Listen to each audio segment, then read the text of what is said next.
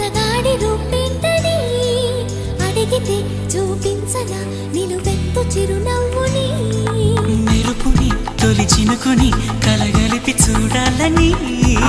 ఎవరిగా అనిపించిన చూపించు నా చెలియని తనొస్తాడని